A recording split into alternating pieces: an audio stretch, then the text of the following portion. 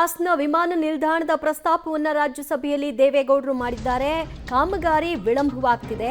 5 ಮುಖ್ಯಮಂತ್ರಿಗಳು ಬದಲಾವಣೆ ಆದರೂ ಕೂಡ ಇನ್ನೂ ಈ ಕಾಮಗಾರಿ ಪೂರ್ಣ ಆಗಿಲ್ಲ ಅನ್ನುವಂತಹ ವಿಚಾರವನ್ನ ಪ್ರಸ್ತಾಪಿಸಿದ್ದಾರೆ. ಕಾಮಗಾರಿಯನ್ನ ಪೂರ್ಣಗೊಳಿಸಿದ್ರೆ ಆರ್ಥಿಕತೆಗೆ ಚೈತನ್ಯ ಸಿಗಲಿದೆ ಅಂತ ಅವರು ಮಾತನಾಡಿದ್ದಾರೆ.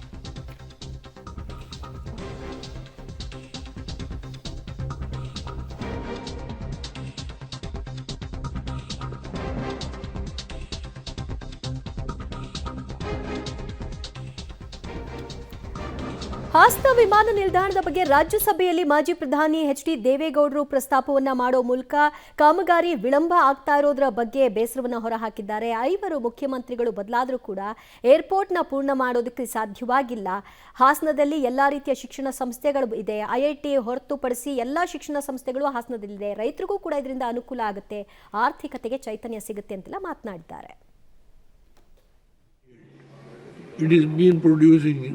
In Bangalore HAL, and I have also took decision to sanctioning 65 seats small aircrafts.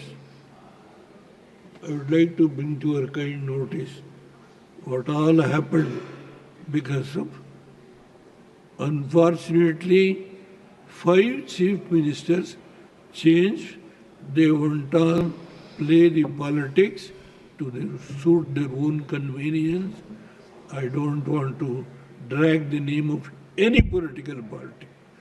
Today, in the last leg of Hassan ವಿಮಾನ ನಿಲ್ದಾಣದ ಕಾಮಗಾರಿ ವಿಳಂಬ ಆಗಿರೋದ್ರ ಬಗ್ಗೆ ಪ್ರಸ್ತಾಪಿಸಿದ್ದಾರೆ. ಅದು ಪೂರ್ಣವಾದರೆ ಯಾವ ರೀತಿಯಾಗಿ ಅನುಕೂಲವಾಗುತ್ತೆ ಕಾಫಿ ಮೆಣಸು ಬೆಳೆಯುವಂತಹ ಬೆಳೆಗಾರರಿಗೆ, ಯಾಕಂದರೆ ವಿದೇಶಗಳಿಗೆ ಇವುಗಳು ರಫ್ತಾಗುತ್ತೆ. ಮತ್ತು ಆರ್ಥಿಕತೆಗೂ ಕೂಡ ಒಂದು ಚೈತನ್ಯ ಸಿಗುತ್ತೆ ಅನ್ನುವಂತಹ ಪ್ರಸ್ತಾಪವನ್ನು ಮಾಡಿದ್ದಾರೆ.